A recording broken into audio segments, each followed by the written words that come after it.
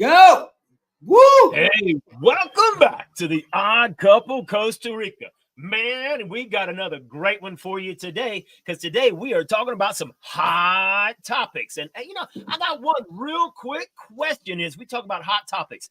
Is it possible to be an honest expat living in a lining out more about that? But hey, before we get there, hey, I'm Alan Reshaw with Off the Grid Homestead in Costa Rica. And, you know, hey, if you got questions about Costa Rica, hey, you can schedule a phone consultation, consultation. And, hey, my co-host, well, right there, that is Michael Allen for TravelCostaRicaNow.com. And I got my mushroom cup, dude. Got the mushroom cup.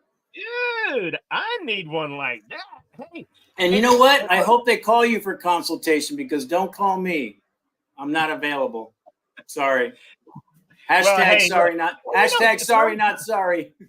Sometimes you're looking for an answer and you can't find it. You ain't got time to look on what, 700 videos on Mike's channel, 200 on mine. Hey, just give me an answer. That's what that phone consultation's for. But hey, anyway, hey, Michael, how has your week been?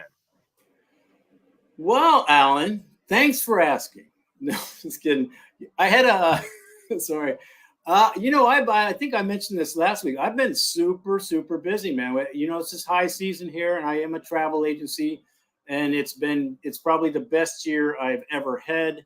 I'm spending a lot of time on spreadsheets, which is not fun. I do need a secretary, would be nice. So if anybody's available and you understand spreadsheets and accounting. But everything is going good. Trying to keep busy. If I'm keeping busy, things are good. When I'm not busy, I go south real quick, and I'll fill that void with some unsavory behavior. So busy is good. Cheers to that. You're welcome, Mike. I mean, business is doing good because the Odd Couple Costa Rica is bringing it in. Yes. Yes. No, really, hey, if you are even thinking about traveling to Costa Rica, and hey, look, we say it all the time, you know, traveling in Costa Rica is far different than living in Costa Rica, and we teach you all kind of good stuff about that. But look, there's nobody better than Michael's team to help you with traveling, so you most definitely want to contact him on that. That's so true, Alan. Thanks for saying that. And when we get into what you're going to tell us in a minute, I'm going to say you might have watched some of my videos, could have saved you some time. But anyway, Alan, how was your week? Because I know you weren't you almost put in jail or something? I was. As a matter of fact, I really thought they was going to put Rebecca in jail. I won't tell you why. Now, start no stuff like that. Anyway, you know, I had one of these hell weeks again. And so, and look, you know, that's my question. Is it possible for you just to be an honest, law-abiding expat anywhere in Latin America? And we're going to be talking about a lot of that. But, you know, this week, my digital nomad visa. Okay, I've been a digital nomad for a whole year. And look, when I got it, it was well worth it because I didn't want to stamp out every 90 days. Well, it expired a couple of days ago. So I had to go stamp out of the country so that I could be a legal perpetual tourist again. Okay. And look, I used to tell people, hey, man, look, if you're going to go, the best place is a little old, tiny town next to San Sabalito. It's called Rio Sereno. Okay, Rio Sereno, little know-nothing town. You can normally go over there and you can stamp out, and it's always been harder to stamp out at Paso Canoas. But it's always that's harder. A nightmare, dude. That's a nightmare over there. There's only bad stories there. Look, out of 10 years, I've only stamped out one time at Paso Canoas. I've gone a couple of times, and there was so much hell and so much crime and so many people like, dude, I'll help you. And it's like they're going to help you for free. But then it's like, oh, you got to have this, you know, $100. You can use my planes. Man, it's the crap at Paso Canoas. But if you went to Rio Sereno, it wasn't so bad. However, even at Rio Sereno, you know, when you're stamping out of Costa Rica, that was never a problem. Coming back in Costa Rica, never a problem. Problem was always on the Panamanian side. Look, Panamanians, immigration, they must just hate their job. You know, it was so. Now here's the story. for 10 years, I've always been able to just stamp into Panama in the morning. We go shopping, we go eat, we pick up a few things, and we come back. Okay. So we come back on the same day.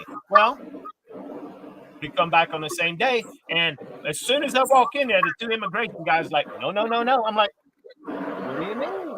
You can't stamp in today. I can't stamp in today. Well, why not? You gotta wait till tomorrow. So I'm forced to, we got background coming in, a lot of background, Mike. So I'm being forced to stay in Panama for 24 hours. Now, Mike, come on, talk to me. I'm being forced to stay in the country against my will. I can't leave Panama. And look, if I'm on the Panamanian side, I'm thinking, okay, they're just trying to make a few bucks. No big deal. You know, but I wasn't planning on staying 24 hours. I wasn't planning on it, but I'm stuck. I got no choice. So I'm like, okay. And remember, look, does an expat have rights? Do you actually have rights? Well, we'll talk about that. But hey, I'm not going to argue with him. I'm like, okay. I got to stay 24 hours. All right, let's go get us a B&B. Well, you know, if you've been watching my channel, you know that I've slept in the back of my car. Rebecca and I, we slept in the car for almost 2 years, over a year, because we're building. We didn't have a place, so we had to, you know, while we're living in here, there's no bedroom. We're sleeping in the back of the car. We got rid of the seats. So there's always a mattress there. Numerous times we like to travel around, can't get an Airbnb. We decided to stay in the vehicle. No big deal. Okay, because we didn't even bring clothes or anything. Wasn't planning on spending the night. We stay in the vehicle. Next morning, I go over to the immigrations, right? And man, look, there's this woman. I could see. I mean, as soon as I walked in, I could see she was trouble. And she was all about, where did you stay last night? Here? No, where did you stay? What hotel? Oh, I stayed in my car. Oh, no. You can't stay in your car. You have to have a receipt for a hotel. And I'm like, what? I wasn't planning on staying in a hotel. Well, you got to have a receipt. You stayed in a hotel. I'm like, I'm sorry, I didn't stay in a hotel. I stayed in my car. And there's no hotels in Rio Sereno. And if you heard Rebecca, in Rio Sereno, there are no hotels, right? No Airbnb, no hotel. And you can't bring your vehicle across legally. So then how do you get to a hotel? So anyway, long story short, we're going back and forth. And I'm like, okay, I didn't stay in a hotel. Now what? And she really was trying to intimidate me. I guess she wanted me to leave and say, let's go stay in a hotel. No, I'm like, okay, now what? The other guy said, sit down. So I sat down, and I showed him. They're like, you just want to be in the system. In other words, the whole point is we don't like perpetual tourists. You're just in the system. And I showed him my DMEX card. I says, look, there's my DMEX card. You know, I'm not just in the system. I'm getting my residency, all that, but it takes a long time. Well, it's expired. Yeah, I know it's expired. That's why I'm stamping out. Well, finally, they let me through. Okay. Well, then I had to get out of the office, and they kept Rebecca in there, and they kept her in a long time. And I don't know why. I guess maybe they thought they was going to really scare her. And I thought for a moment she was going to start crying, because they're looking through all the pages of her passport. She's on the calculator. She's counting out days, and she's just really just giving her a hard time. And finally, after about 30 minutes, they let her through. So the moral of the story is, don't go to Panama if you're going to be a perpetual tourist. Go to Guatemala, fly to Mexico, where you can get a short trip. You know, Guatemala. No, Guatemala. Yeah, no, Nicaragua. Just go to Nicaragua, right? Go to Nicaragua. It's real easy. But anyway, it is a pain in the butt. And no, you cannot bring a rental car across the border. So it's really a pain in the butt, and it ain't no fun. But it's like, hey, I'm just trying to be honest. Could I have given them a little incentive, a little bribe? Probably. But anyway, that was my week, and it was a pain. Did you get your 180? I did get my 180. Okay, Rebecca got her 180. Now, here's the question, because and so it's not Panama that gives you that 180, right? They're just a pain in the butt. I mean, she just tried to drill me. She didn't even ask for their plane ticket, but she's like, you got to show your solvency. You got to show 500, but blah, blah, blah, blah, blah. She just, anyway, once we get to Costa Rica, that guy didn't give me a hard time. And, you know, he asked the usual stuff. Where do you work at? You know, where do you live? And anyhow, I showed him my DMEX card. I said, it's expired. And so for me, he didn't actually put 180. When I told him that I was looking into renewing it, he just wrote something on there. So mine actually has no days, but I think he wrote something that just says digital nomad, you know, for me. All right, dude, it's my turn. My turn. There's a lot of talking there. First of all, my week was better than yours. That's one. Number two, I got this all written down just so I didn't forget. I think somebody out there should start a GoFundMe fund for you, just so you can have a little bit of extra money to when you cross the border. So somebody out there, please start Alan and Rebecca GoFundMe page. You also brought up the problem with Costa Rica in general, and that a lot of people think they know, but they do not understand. This is the problem.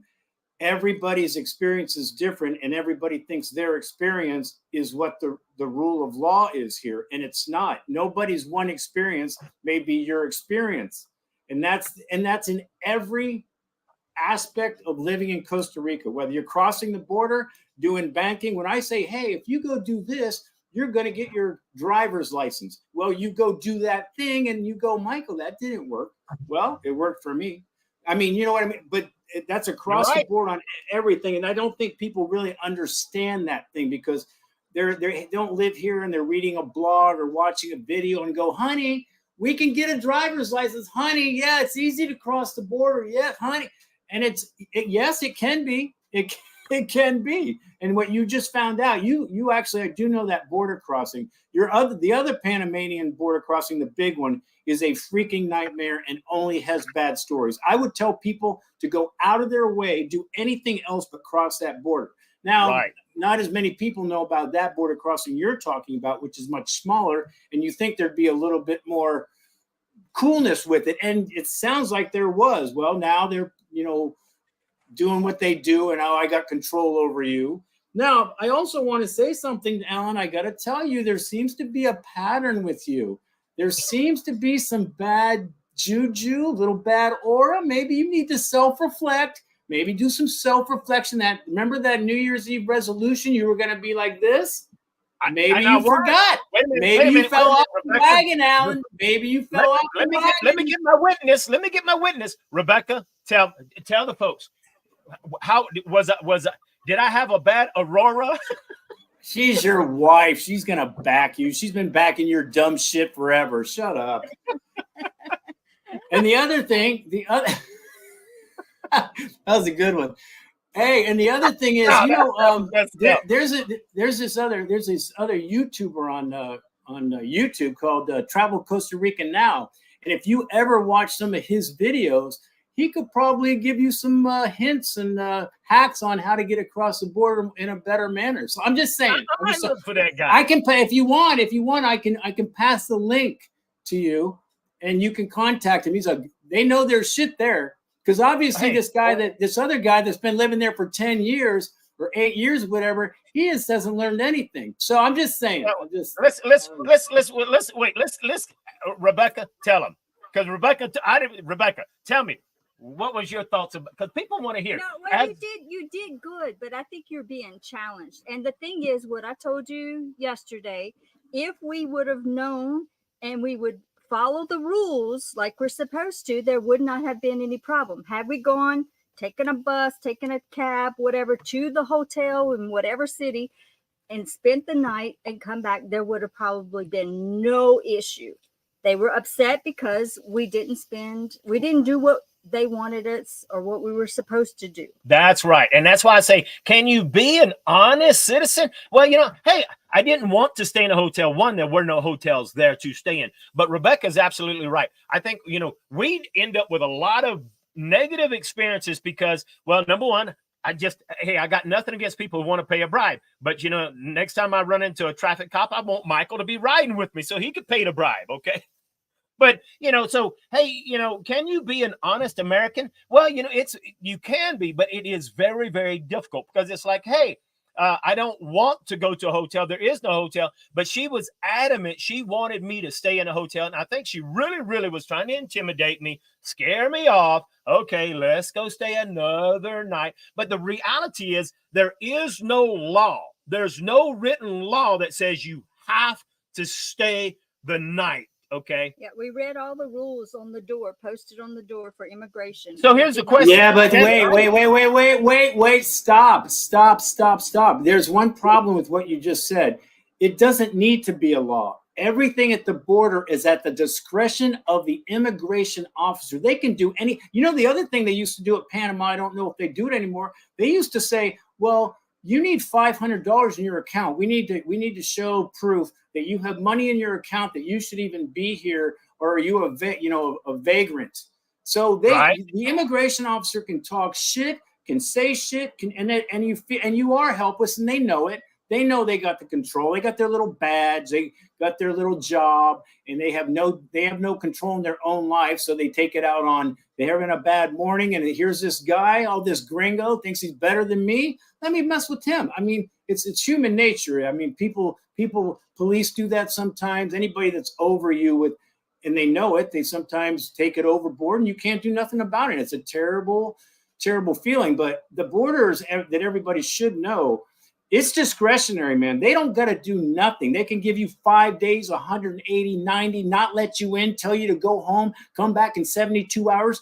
They can do whatever they want. And what are you going to do? You're going to call, what are you going to do? Oh, well, that's not true, right? Well, and you're right. But I mean, what good would it be doing? But hang on a second. Rebecca wanted to say something. Michael, you're exactly right. And for me, that's what is so stressful. Because I'm a very follow the rules, but tell me what the rules are. I want to follow the rules. And so you just don't know.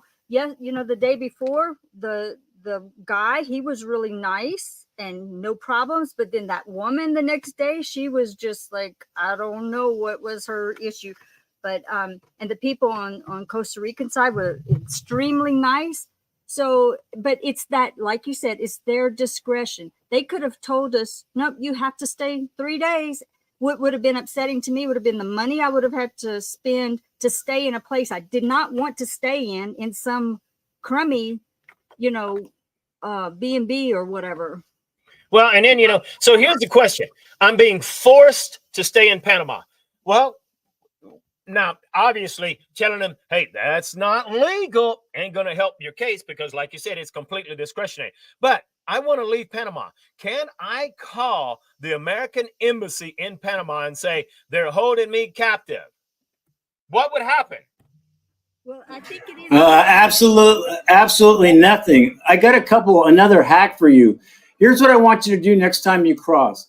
Alan, don't talk. Rebecca goes first. You act like you're an invalid, deaf, mute. Shut the hell up. Let Rebecca do that. Rebecca said, show me that face again. It's terrible. And I want to answer your question about, can you be honest, an honest broker? I got morals too. There's some things I would never do. But in Costa Rica, I will play the game. I will play their little game if it's going to benefit me. Now, I'm not saying I'm going to, be secret about a murder that happened or something, but on things where I know that I can, if it's going to come to where I could give this dude 40,000 colones to make this go away, I'm going to play that game. It has nothing to do with honesty. I don't think it has something to do with playing what's in your better interest in that regard. Right, you're absolutely right. I've had to turn to be like that. I don't want to be like that, but I've had to learn to be like that. If that person would have told me, pay me $50, $100, I'll let you go right now instead of you having to spend 2 more nights in Panama or even 1 more night in Panama, I would have been like, okay. You don't. No, wait. Let me help you. No, you don't say okay. You say, I only have 50. That's good. That's right. You don't give them anything. This is because right now you're doing a business deal. He's going to start with the number. You're gonna go back and go, well, I'm sorry. This is all I got. I only got 40, man. I hope that's enough. I'm sorry. I got no place to stay at all. And here's my last. Because you got all my money. And look, that is the actual answer. The actual answer is that if you're in Costa Rica, matter of fact, I don't care if you're in Costa Rica, Panama, in my opinion, Panama is more criminal and more unfair than some of the stuff you got to put up with in Costa Rica. Hence the reason we're in Costa Rica, not Panama. So whether you're in Nicaragua or Panama, I don't care what Latin America country in, you have to learn to play the game. And it's true. I hate playing the game, but it's exactly what we say all the time. Just tell me the rules. But there are no rules because the rules change every single time.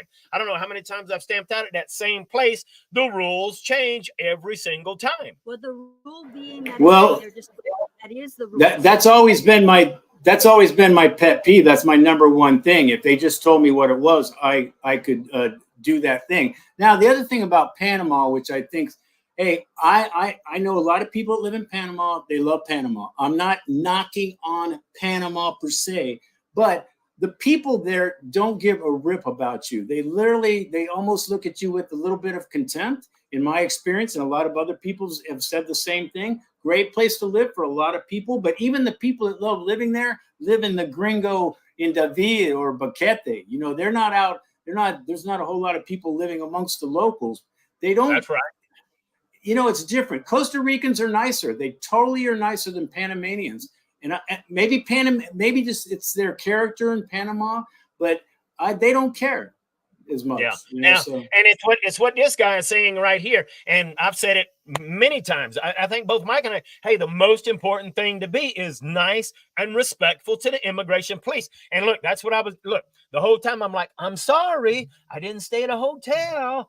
You know, what now? You know, I mean, it's like, and Rebecca was like, man, Alan, you did good saying you were sorry. I don't know how many times.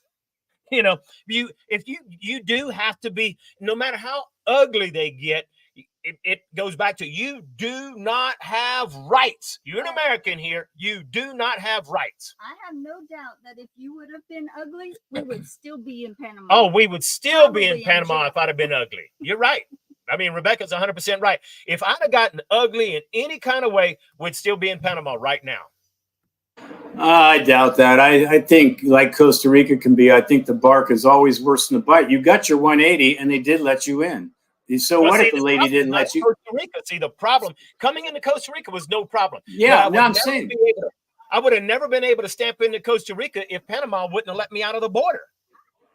Yeah, but if you play that out, Alan, here's where we probably differ on this. If you play this out, of course they're going to let you out. They've got, what are they going to do? But that was probably part of their day to mess with you and to screw with you. Let me do something. But you know what? I don't care what you would have done. They would eventually let you. What are they? They can't do anything unless you were like you hit one of them or something. Yeah, now maybe there's another problem. But if you've refused to talk to them, or you just sat there and go, "I'm sorry, I have no place to go," you're going to need to put me up if you don't let me go back to Costa Rica. And they would mess with you. They would make you sit there. See, I've been around this world. You know, I've done a lot of things that got myself in trouble. And I do know I don't go with bluffs. I will sit in there. I know what's going to happen. I know the end result is you will be letting me back in. And if you want to play this game, I'll play it. If I give you a bribe, maybe that works. If I don't have any money, I'll sit there. Okay, do it. What do you want to do? Handcuff me. Let's go. Where are we going with this? You know you're going to let me in Costa Rica. Shut the fuck up. Let's get this moving on. But I can play the game, and a lot of people aren't comfortable with doing that, and I understand. You are kind of you've got you're maybe, I don't know, more honest than me, or more, I don't know what it is, but I know what they're doing, and you're not going to bluff me like that. You're just not. Yeah. I'll play. If you want to play, I'll play. Don't let me in. Okay, now what? Put me in. Where are you going to take me? Jail? Where you going to put me up in a hotel while you arrest me? Or are you going to feed me? Do whatever but I'm getting back into Costa Rica regardless. Yeah, so, well, you're right. I mean, as long as I continued to talk to that woman, she continued to give me a hard time. As soon as I stopped talking to her and I said, "I'm sorry," now what? Then the guy said, "Sit down." Right, exactly. And that's my point. That's exactly my point right there. That's what's going to happen if you play it out in your head. You're getting back in, dude. Now, I'm actually surprised you got, oh no, Costa Rica gives you the 180, right? Yeah. So. Yeah. Panama they just giving you a hard time, and they simply don't want you going in and out, you know. Well, I am surprised you got that much pushback on the littler crossing. And that's why I recommend, if you're up by my area, you definitely want to do Los Chiles instead of Piñas Blancas is like the big one down in Panama. So Los Chiles is the smaller one, and it just happens to be an hour and a half for me. So we can be up there at 7 and be back home by 12, 12 for lunch. So hey, talking about the border run and talking about dishonest corruption, hey, let's move into let's talk about Iron Fist. I want to talk. Yeah, let's talk about Bukele. Bukele. The reason I want to tell everybody that we're going to be talking about the El Salvadorian coup dictator is because Costa Rica has been running into the same issues here with crime and gangs and drugs and that kind of thing. And if you're not familiar, this guy, I don't know, he likes to call himself the cool dictator, Bukele, I guess when 2019 or something like that, he decided, like, I'm done with this crime stuff. And they just went and rounded up 70,000 gangsters. 75,000 gang members. Cleaned up the streets. Well, what happened was it didn't go unnoticed by other Latin American countries. And Costa Rica also is, he's more in the news. He's been more in the news in the last few months in Costa Rica than almost anything else in Costa Rica. And now they're talking about, hey, we might need to do some similar stuff. And that's already causing pushback. Oh, no, that's too much, Alan, too much. People have rights. Which is semi-true. It's so funny. I mean, he's become so popular that right now he is more popular than the Pope. Okay. And now this is crazy. And, sayings come out, other countries that are having problems, they're like, we need a Bukele.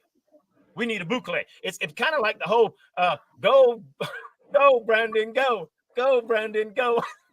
Yeah.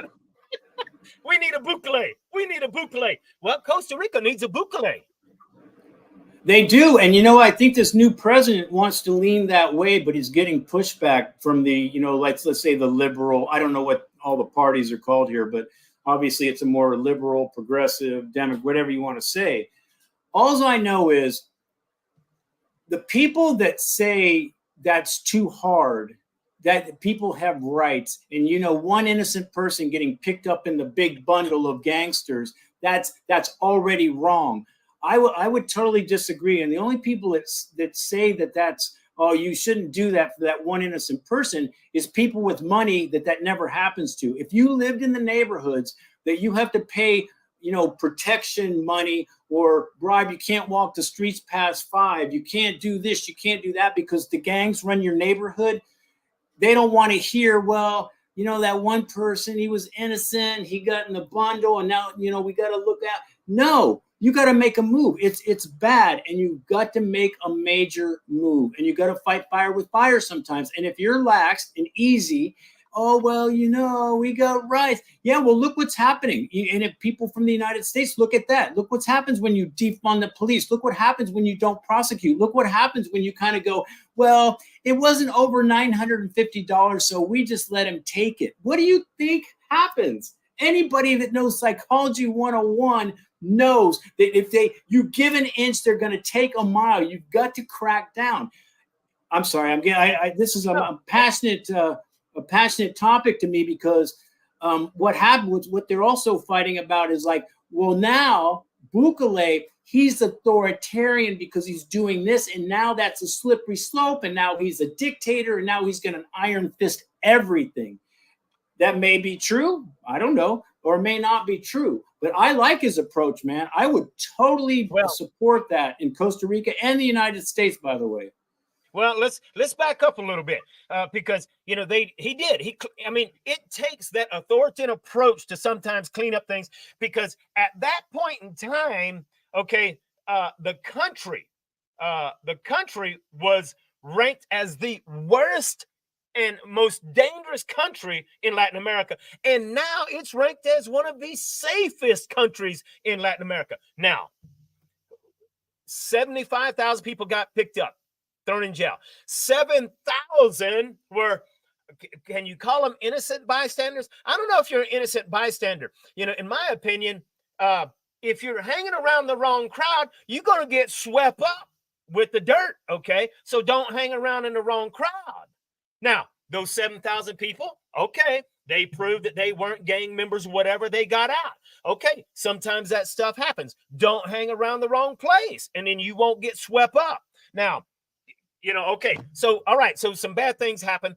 Now, gang members, here's what's important, and I like this. Gang members said, okay, you clean this up. We're just going to randomly just start shooting innocent bystanders. Well, how did Bukele respond? Well, if you do that, well, then all of the gang members that's in jail, 70,000 of them, they're just not going to have any food. Oh, okay. Oh, you can't do that. Oh, Alan, you can't do that. That's not fair. People have rights. You know what? Yes, they do have rights, and they have rights to walk the freaking streets of their neighborhood, let their kids go accosted, have people come weekly to freaking take protection money from them. They can't make ends meet. They can't walk the streets. Come on, man. And you know what? To me, any politician right now sees the way the world is going, and it's pretty laxed on crime in a lot of different countries. It's not just not Costa Rica, El Salvador, it's the United States, it's Canada, it's all over. And people are going to be screaming. People, I know this might be I might get some pushback on this, but most people actually want to feel safe. They'll give up a little freedom. Now you don't want to give up too much. That's a slippery slope. You don't want to give the government too much. I agree that you don't want Bukele to freaking go crazy and like, hey, look what I did with the gangsters. I'm going to do this with the banks too. I'm going to, I'm going to watch how you spend. So you got to watch that authoritarian thing. I totally agree. But what's wrong with tough on crime, dude? What's wrong with tough on crime? Get the word out.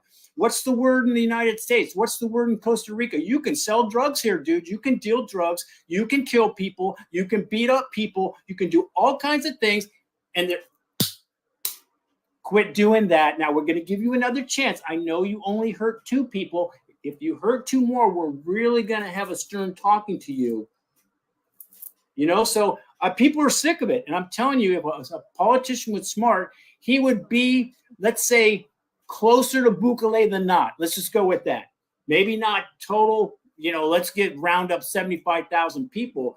But you need to make your presence known, man. You need to go, hey, this is over. There's a new sheriff in town, and you're not getting by with this stuff. And I like that whole, you're not eating. We'll starve all you motherfuckers, and you'll die before you get out. Now what? That's right. I like that.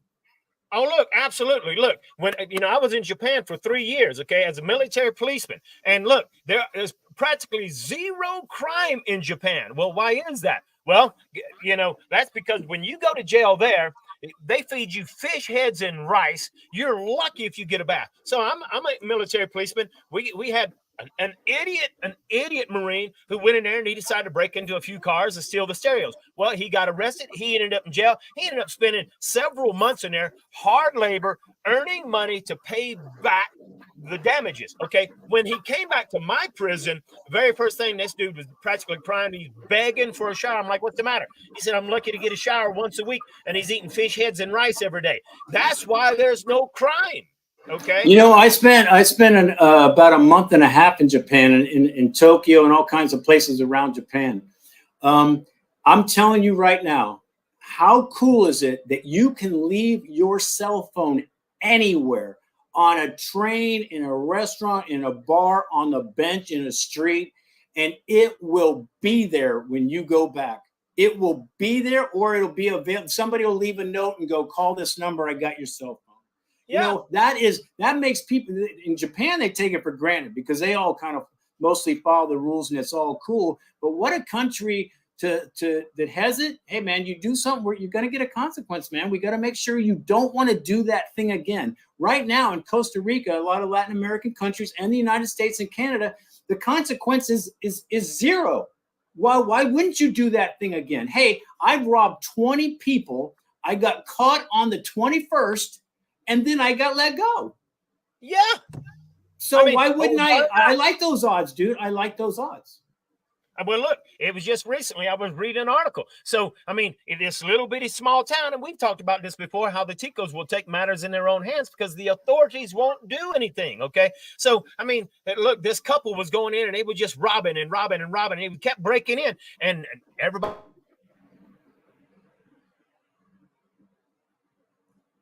Uh-oh, did we lose him? I don't know. Did he freeze on you guys as well?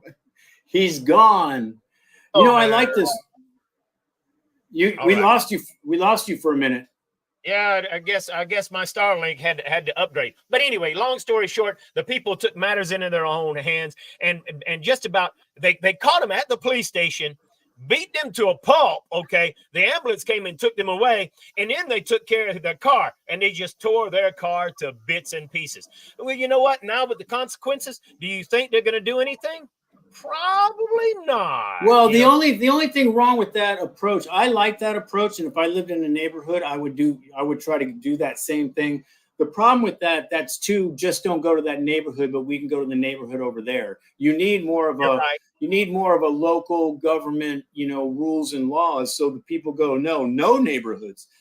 It's not just that one. Don't go over there. Michael Allen, that Allen guy will kill you. But over in this neighborhood, 100 yards away, they don't care. So I think you need consequences on a bigger scale. And I don't know. Right. I like what the guy's doing. I do want to watch him. I don't want him to get all. He calls himself, I guess, ironically, the cool dictator. And okay, that's funny until it's not. So well, you know what I mean? Go ahead. Until it's not, right? It's funny until it's not. So here's what some of these people are worried about. I mean, right now he's ruling with an iron fist. He is cleaning it up. That's great. Here's where the problem comes in. He's doing really, really good, but some people fear that all of this power is going to go to his head, and then he's going to become a real dictator. That could happen. What do you think, Mike? I just think that's, I don't know what they have for Congress and checks and balances, because that's what the people on the left are trying to say. That's the scare tactic. Yeah, he did that, and that's great. But what if it goes overboard? What if he gets too authoritarian? Well, let's see first. Did this thing work? I don't. Just because you want to be tough on crime doesn't mean that's going to carry over to be like, well, now I'm your new dictator and I'm going to rule for the next 40 years. I mean, right. I don't agree with that. That argument doesn't fly with me because he hasn't done that yet. Huh? Right.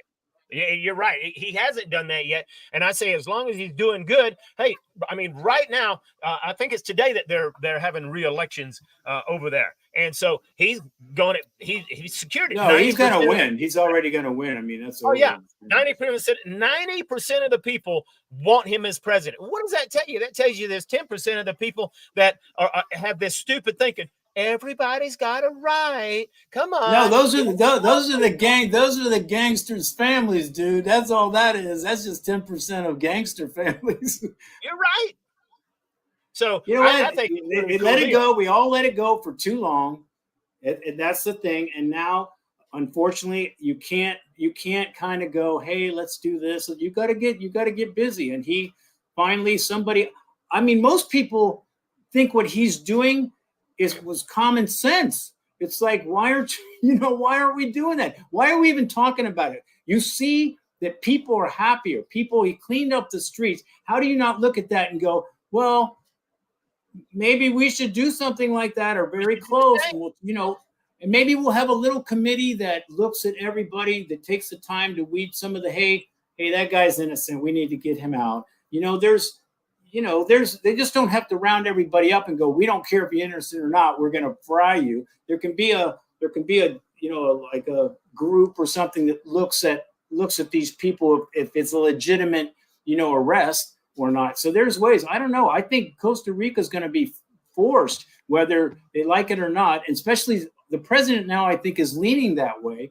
He's getting pushback, but I think you ask any people, buddy, around here, and they're going to say, be Bukele. We want Bukele. We need a Bukele effect. Now, talking about, elections over there right now. Hey, today is elections in Costa Rica. Okay. Now, for mayors, for towns and stuff, for mayors, not the president. Yeah, it's not presidential elections, but here it's elections for mayors in cantons. Cantons is kind of like in Louisiana, we would call them parishes. In the rest of the world, you'd call them counties in the United States. So, and a lot of cantons are bigger than others. But anyway, they have elections today for mayors and stuff like that. And matter of fact, you was telling me earlier, Mike, it's kind of like anywhere that you get bad mayors that are in there too long, and for whatever reason, they don't get voted out. Well, Johnny, I was talking to our friend Johnny, who was on the podcast last week, which, by the way, I got a lot of good personal feedback about that. We'll probably have him on again. But we, since he's a friend of mine, we were actually talking about the elections, and he said, there's a lot of, kind of like everywhere, there's those, those career politicians been doing the same thing for 30 years. And I don't care who you are, man. If you're a politician, now you're back scratching. You are taking money. You are taking bribes. You're not. You forgot why you were elected, and now it's all the good old boy society. And I mean, you just can't help. But that's why there should be term limits in any country and any around the world. Yeah. You should not be able to say, "Well, I've been in Congress for 52 years." That should be twice, maybe 2 terms or whatever, and you're done. Great. Yeah. Thank you for your service. Goodbye.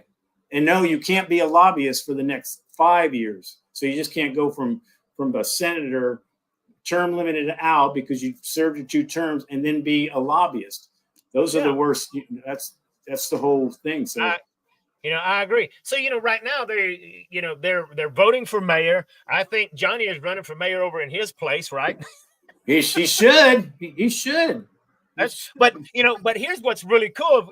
And I don't think no one's really talked about this, but when you decide to come live in Costa Rica, and you find a community where you want to live at, well, when you decide on a community, one of the things that you might want to look for, because all over Costa Rica, it's pretty much the same infrastructure.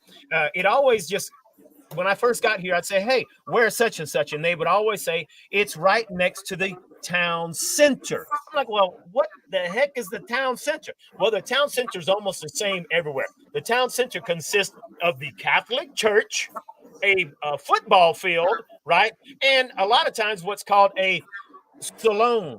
Okay. So a salon it's kind of like a huge community activity center. And so a lot of these little bitty communities, if they're go-getters, well, they can get funds from the city mayor, from the government. And so they get these funds, but they gotta have a leader. So they'll have a leader rise up, in that community. And of course, obviously it's usually like Tico. Hey, let's get Tico Michael. Michael's an activist, man. He's a go-getter. And so that one person is kind of nominated as the community leader. And he goes out and he fills out all of the forms to get this, grants and money. And so they will get the money. They get a piece of property, right? Usually from the government or someone, gives off a piece of their property, and they get the finances so they can have a community. If they're a go-getter, they will fix up that community, and it's a place where they will have dances, and everybody will pay a little bit money for the dance. They'll have, all kind of community gatherings. People will go to church. They'll come to the community center. And if they're really good, because it's close to the soccer field or the football field. And so they'll arrange for competitions. This little town and this community will have competitions, and they're all raising money so that they can beautify that community. They can do some infrastructure stuff. So when you're looking for a community, then you want to look for a community where they got a nice saloon, and they're active in their community to beautify their place. It just makes it safer, better, because they'll beautify the park, and it's something that is just really cool. And it's not something they vote on, but look for a community like that, because it's really a cool infrastructure. It's a cool thing that they do in Costa Rica. Well, it's not like Costa Rica's got the funds to help every little town. So a lot of the towns here are pretty much on their own. They got to kind of figure, not completely, but a lot of it is kind of, you're on your own in this little town. So, but anyway, the elections are going on, and I'm sure they'll end up just like they usually do with that guy that's been here 30 years, be here for another 30 years. And, it's unfortunate, but Johnny was telling me that the kind of the more popular, there's like 3 candidates in San Jose that kind of got there's more, but there's 3 top contenders, and one of them's been 30 years and the other one like 20 years or whatever it is.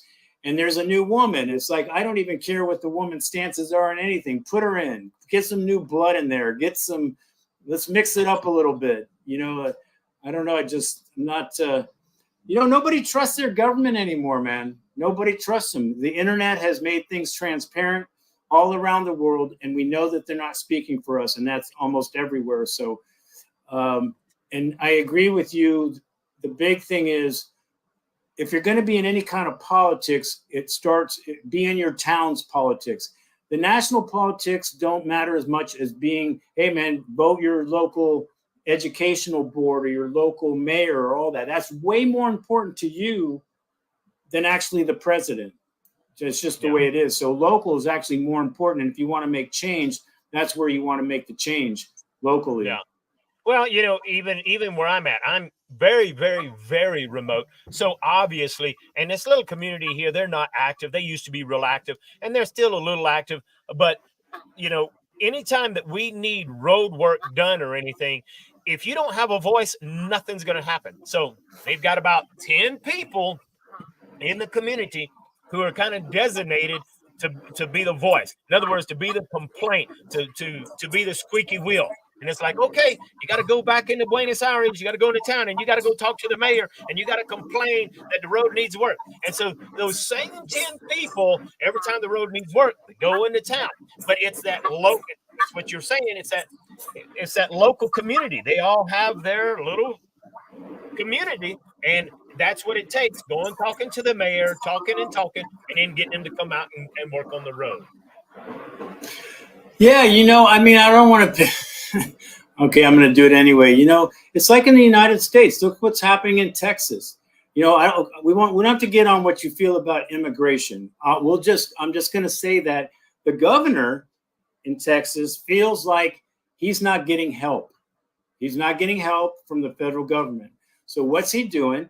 You're not helping me. I need to help the towns here. So what's he doing? He's doing what he needs to do. I like that. And that's kind of that whole now that's not a small town approach, but it's the same approach as like, hey, you're not involved. So I need to involve myself and do this thing. You could take that even on an individual thing. Hey, nobody's out there looking after me personally. So who's going to look after me? So maybe it starts there with myself, moves ahead, but and expands. But everybody's getting to the point where I gotta look out for my community. I got to look out for my state, because no one's looking out for it. You're letting what 300,000 illegal aliens cross over the border, and I'm getting, they end up in Texas, and you're not helping. So what do you do to that? You do a boucle and go, well, you're not going to do it. I'm going to do it. I'm going to do it. So. Texas needs to do a boucle and pick up 75,000 immigrants and put them on a bus to Washington, D.C. and drop them off. I love that, man. I got to say, we don't got to get into it, but I love that stuff. Oh, you're a sanctuary city? Thank you. We got some people for you. And now they're all crying. They're all crying now. Wait, we're not that sanctuary.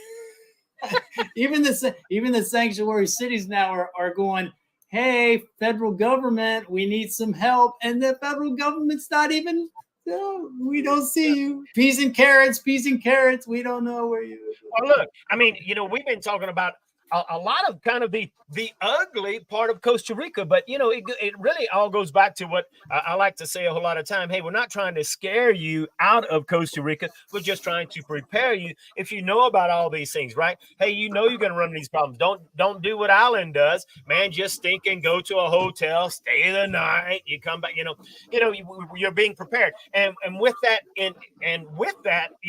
hey, let me quickly announce, I've been working on the dates for the new relocation event, and it's going to be in June, but I'm going to reveal the dates on that probably in a week. So for those folks that are thinking about coming to Costa Rica and wanting to, have that crash course, well, be checking the links, whether you take a look at Michael's website, you want to give him the credit, my website, give me the credit, take a look, keep looking at the links there, and you can get on the waiting list. And in that way, as soon as I open it up here in about a week, and you know the exact dates, you can go ahead and reserve your seat right away because it's going to sell out quick. But I just wanted to mention, hey, you're going to learn some phenomenal stuff, but I'm going to release the dates real soon. I love, James said DeSantis shook Martha's Vineyard. I thought that was the strongest play ever. I was laughing. What happened? Why couldn't Martha Vineyard's open up their hotels. Why not? All those elites that go, hey, we want everybody. Well, we don't want them in Martha's Vineyard now. Hey, come on, that's too much. What hypocrisy. If that didn't tell you everything you need to know about the good doers of rich people, yeah, we think, you need to be more accepting of the, illegal immigrants in your town, but they're not going to be in mine. That was a strong move by DeSantis on there. We don't have to get in whether you like DeSantis or not, but I love that. I love Bukele, dude. I love Bukele. I love Abbott. I love DeSantis doing that stuff. I'm all for this. I am up for strong arming now. I am up for fire with fire and by any means necessary. I didn't want it to get to that, but the other way is not. Democracy's not working. It's not working in that regard. It's not working. You want protection? You want protection? That's right. Just hire Michael and Alan. That's right, baby. You want to cross the border? Go with me. You're getting across. Don't go with him. You're going to be sleeping in a car. Oh, that's right. I said, hey, yeah, you guys got to start a GoFundMe for Alan for next time he crosses the border so he doesn't have to sleep in his car. Poor Rebecca. Think about Rebecca. Oh, my God, Alan. What have you done? What have you done? Well, we made the mistake of going where there were no hotels. Yeah, that's so crazy. Do we sleep on the street or do we sleep in the car? Oh, baby, I want to sleep in the car. You should have videotaped that stuff. This is Alan and Rebecca from our car over on the border. We're having some problems. We went to Rio Sereno where we've never had this problem before, but today we're sleeping in the car because there are no hotels. That's too funny. The other thing, real quick, we don't have to talk too much about it, but the other thing Costa Rica is dealing with is the colon. It's really strong against the weak American dollar, and it's hurting the economy here big time. I know that doesn't make sense to a lot of people that may not understand the financial aspects. The tourism part of the country is taking a hit. So what it is, the colon is the unit of monetary measure here, and it's about 520 colones equal $1. That's about what it was when I came 18 years ago. So it's actually strong, but as the dollar is weak, it messes with the there's job losses. It's messing with the economy, opportunities, all kinds of stuff. So it's killing a lot of sectors here because of the colon is strong against the weak American dollar, and they're dealing with that. And they're the people that are saying, "Hey, you got to fix this. We need something, a strategy to maybe even this out." So it's they're not listening. The government's not listening. Even Chavez goes, "Hey, man, I think you guys are doing pretty good. We're going to keep it like it is." But it's a big problem over here with the colon, the strength of the colon right now. Well, look, the last time that the colon has been this strong was way back around April of 2014. Okay, and so from about April 2014, well, the clone just got weaker and weaker and weaker, and it maxed out last year on around May 27th of 2022. It was almost at 700 clones to the dollar. Okay, so it was really. Yeah, but a lot of sectors like that because especially the clone being strong right now is killing the import business. Doing the import stuff. So anyway, they're dealing with that. And this is another little issue that is going on with Costa Rica. That's doesn't. I don't know if it. Supposedly it affects my tourism. But I've had, like most people, the tourism probably 2023. Right now, 2024 is probably the best it's been in a number of years as far as, people coming into the country. So I don't know. They're trying to stabilize it. Nobody's listening. So go ahead. It's kind of impressive to me that the tourism is doing so good right now. And I wonder sometimes, is it because, so many people couldn't come during the pandemic and all of that stuff, and now they're kind of making up for it. But I think the reason the tourism is doing so good is I think a lot of the people that are coming over here for tourism, well, their ulterior motive for tourism here is really to kind of scope out that they are thinking about the possibility of living in Costa Rica. What do you think? Oh, dude, no, I don't think. I get those emails. Okay, so on my site, if you're going to travel, you want us to help you with your travel package, we have this little 4-minute form, whatever. And then you can make some comments at the bottom so we know a little bit more. I can't tell you how many people go, well, it's kind of a vacation, but we're really doing a recon mission. So we'd like to, we think we want to live there. That is probably 40% on the forms they fill out. And trust me when I say I got people filling out that form, let's just on average, let's say 15 times a day. So do the math on that. I mean, that may not sound like a lot to you, but in the tourism business, that's a lot of packages, man. So anyway, they make the comment, and there's always something about this is a recon mission where we're going to be retiring in a couple of years. We want to see if Costa Rica's for us. We'd like to go to these places off the grid. We want to see if Costa Rica's for us. We're doing this thing. We want to see if they've never been here, but they're asking the question. I see it all the time, and not just from people from the States or Canada, from all over, man, from all over. So not sure if that's good or bad, but that's what we're seeing personally. And that's what Adam is saying right here. He says that's our whole purpose for our travel plans is we're coming down here to do some recon. Lots and lots of people. So yeah, tourism is really up, and it's because of the state of the world. I mean, and it's not just the United States. It's not just Canada. It's the whole stinking world has just gone to crap, And so they're coming to Costa Rica. They're just going to recon, check it out, and we might decide to stay here. Yeah, but again, we know Costa Rica is not for everybody, and there's a lot of considerations to make, especially now because there's getting to be more things to consider. Where's Costa Rica headed? There's a, they're letting everybody in, man. So they're going to have their own consequences too. So I hate people think, oh, I'm trying to sell, or like me and you are trying to sell people on Costa Rica like it doesn't have problems. Oh, live in paradise.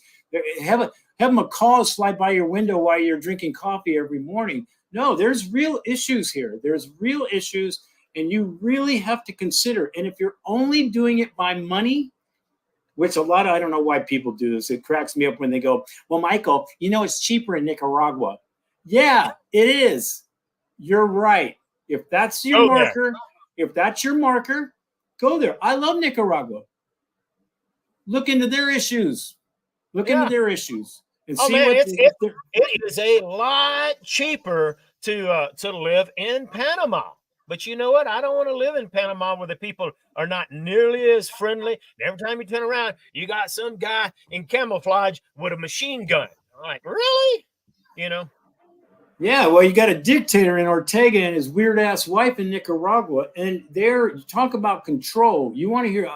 I've said some of those stories before, and I don't just have anecdotal one story. I got a bunch of stories. When things go south in Nicaragua, you want to talk about not having control, you got zero over there. You go, oh, you can't legally do that. Say that in Nicaragua when you get in trouble, dude. Anyway, but that's not my point. My point is, every country's got its advantages and disadvantages, and you have to weigh those things out and see what country's for you. Costa Rica definitely isn't for everybody. I think most people leave rather than stay. If you ask me, I think, after 2 years, 5 years, I think actually more than 50% people leave. That's just, I have no scientific data on that, but let me know what I know. Let me bring this up real quick. Art says that we're breaking a cardinal rule. We're not breaking a cardinal rule, Art. If we were to be one way or the other, we're not one way or the other, but we have to let people know. People want to know, what is the political situation in Costa Rica? What is the political situation in the United States? Well, I'm not for the left, not for the right. So we're not breaking a rule, but we're educating people and helping people to understand what is the situation so that you can be educated enough on whether you want to come here or not.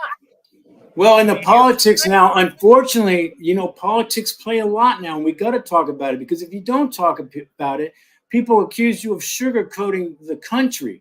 People will go, what about the IMF? What about the crime? What about this? Well, a lot of that is political, and it's hard not to throw, but trust me, I've said it a million times. I do not play for any freaking team anywhere.